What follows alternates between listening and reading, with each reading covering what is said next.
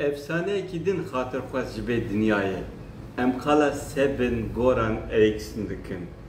Teknîk direktorê Swêdî heftê û şeş salî bû, îro canê xwe ji dest da. Ew ne bi lîstikvaniya xwe lê bi teknîk direktoriya xwe bûbû efsanevî. Di sala 1966 de dest bi lîstikvanî kiribû, heftê pêncan de jî dest jê berda bû. Lîstikvaniya wî ne zêde serketî bû, loma bi vê yekê li dinyayê deng veneda. Lê dema bû teknîk direktor, wê çaxê deng veda.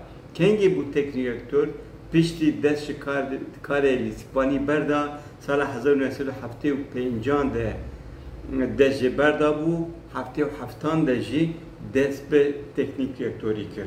û ji wê çaxê heta demek dirêj li dinyayê bi navê xwe, bi karê xwe ew navdar bû. Tîmên mezin berê vebiribûn, wekî Manchester City, wekî Lazio, wekî Fiorentina, wekî Roma. Di heman demê de teknîk direktorê tîma neteweyî a Ingilistanê bû. Kengê di navbera sala 2001 û 2006 de. Ew serketî bû wekî teknîk direktor. Li Serie A'yê carekî bû şampiyon bikî bi Lazio'yê.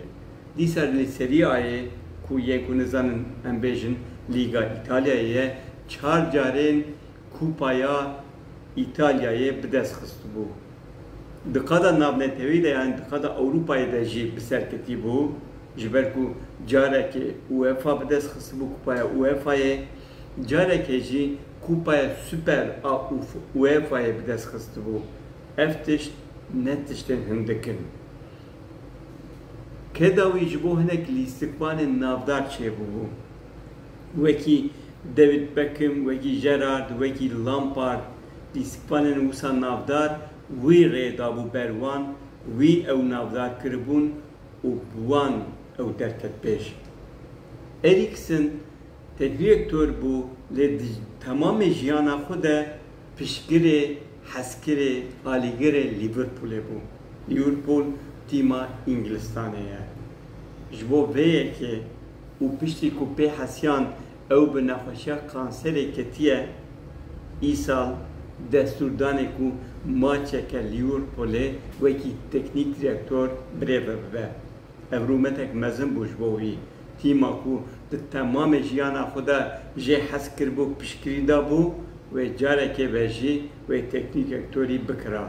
Îsal di meha Adarê de Ajax û Liverpool di maçekî taybet de hatine hemberî hev û Eriksson wekî teknîk direktor li sehayê bû.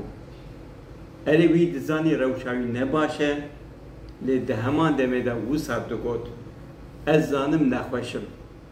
Ez zanim nexweşê kanserê me.